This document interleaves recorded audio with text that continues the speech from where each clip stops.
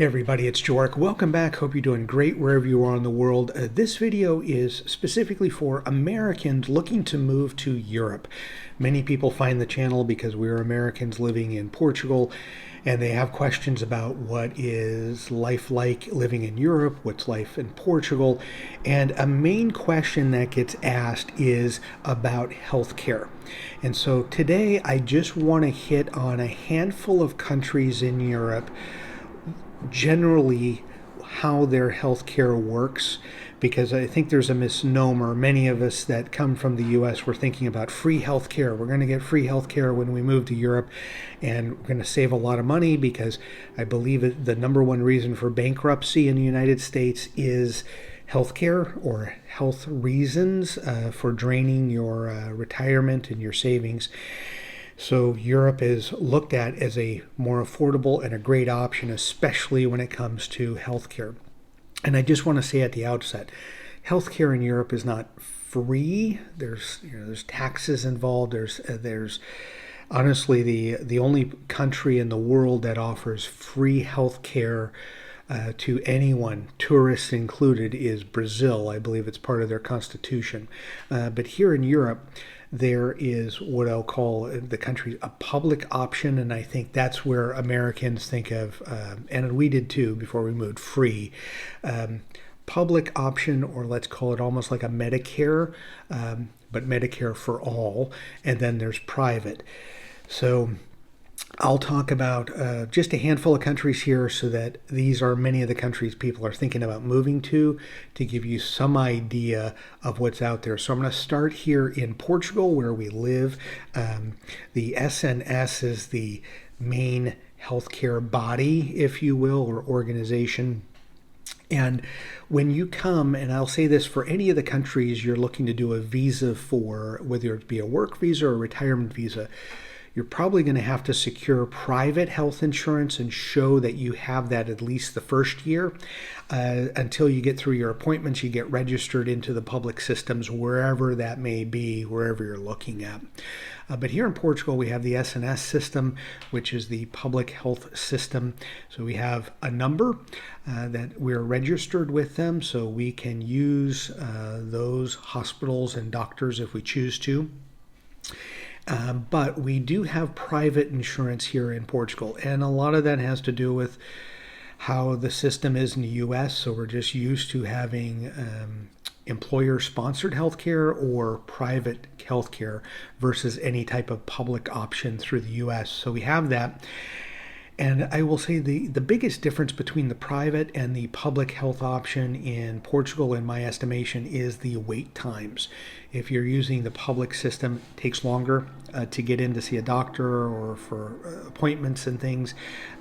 Private insurance, often you can get next day or same week appointments, which might be a little faster in some cases. But that's been our experience. Other people, once they can drop the once they can drop the private, they just stick with the public, and away they go. So the system seems to be working fairly well here. But again, we're here as residents, we're not citizens, so we don't know all of it inside and out. I'm going to go next door to Spain. Many of you that find my channel are looking at Portugal or Spain as a place to move to or retire to. And so when we're looking at Spain, they also have a system that's called the SNS. And, so with that, people are covered for doctor's appointments and treatments. If you're a resident, you're eligible to be in this system, similar to Portugal. But if you're looking for things like dental, eye care, mental health, that stuff is not covered. So you have to get private insurance if you're looking to do those specifically in Spain. So a little bit of a nuance there that may be different than what you're used to when you're coming from the United States. The UK, many people are looking at jobs moving to London specifically, or Greater London. Or they may be retiring somewhere in the UK. So as a foreigner, you can't just walk into a clinic and get treatment now, unless it's an emergency basis. But you do have to pay for healthcare system. If you have residency, you can get access to the NHS, that's Britain's national healthcare system. And then with that, with your visa, it's normally, at the making of this video, a little over £1,000, £1,035, which equates to about 1,207 euros, so a little over 1,300 US for the right to have access to Britain's healthcare system, the NHS system. Moving to France, so several of you are considering, recently I had several messages, people are looking at southern France as a place to retire to or live in. And so I'm going to read through this just because I want to make sure that I get this right. So healthcare in France is not provided free by the state, so I want to make sure they get that. But French law does mandate that all residents have health insurance, so it is kind of compulsory. And so they do have a social security system, which is where the healthcare system is driven through. But it doesn't pay 100% of all the healthcare costs. Most residents can get or top up insurance from a company or a nonprofit company that's selling the insurance. And I'm going to give the names of what they're called so that if you're looking at France as a place to live, this is the type of company you'd be looking for. I don't want to destroy the name. I do not know any French, so I don't know how to pronounce those. But also keep in mind, if you are living in France and you're not employed, so let's say you're retired, or maybe you're a digital nomad, so you're not employed in France, you're employed through a company outside of France in the United States, you may end up getting an annual healthcare bill, and that is known as this term. So if you're thinking about France, it's a great option, beautiful country. I mean, can't talk about France without talking about the amazing food, but if you're going to be there, again, it's not free, but there's some options that you can investigate if you're looking at specifically moving there.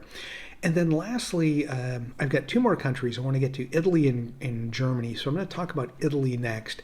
And then when it comes to healthcare, Italy divides the residents into two categories.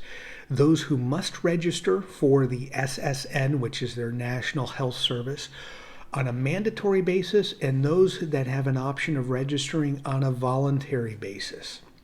So generally speaking, anyone employed in Italy falls into the mandatory category, as well as those waiting for residency or citizenship. Those in the mandatory category have the right to register with the SSN for free, that's that national service, while those who fall into the voluntary category must pay to register. And usually to find out which one you're in, you might have to refer to an accountant in Italy to make sure that you're signing up with the right one, whether it be mandatory or voluntary. And then once you're registered, you usually still have to pay for prescriptions and sometimes have to pay for fees for appointments or procedures. So again, not free, but certainly probably more affordable than what you're used to in the United States with deductibles, coinsurances. You do get an annual wellness exam, but other than that, depending on whether you have a PPO, an HSA, or a different arrangement, things are generally much less costly when you're getting insurance here in Europe. And then lastly, I'm going to talk about Germany. And then it's considered one of the best health insurance plans or systems in the world, but it's not free. Whether you're a resident or a citizen, healthcare is compulsory in the country. So just something, you got to have it. There's no way around it. The public system is called the GKV. I don't know how to pronounce this, but I'm giving you the term so you know what to look for. And it's the most common form of health insurance. If you opt for the public insurance, you'll pay a monthly premium to your healthcare provider, which is calculated according to your income. So your employer will also pay a mandatory contribution to the insurance. So what's cool about Germany is if you're working, it's based upon income. So if you make more, you pay more. If you make less, you'll pay less, but still have access to the same quality of care, if you will. Private health insurance in Germany is called PKV, and it's just another form of insurance, and it works similarly to what you expect in the U.S. If you're self-employed, you're a small business owner, you're a freelancer, or you work in public service, you're most likely going to sign up with the PKV option. There may be exceptions to this, and again, premiums for the PKV are calculated based upon a risk assessment done by the insurer and generally vary based upon your age and health. So if you're an American, you may think of it as somehow almost like life insurance. Buying life insurance is generally age-related. When you're younger and you're healthier, it's cheaper than when you are older and you may have some issues going on.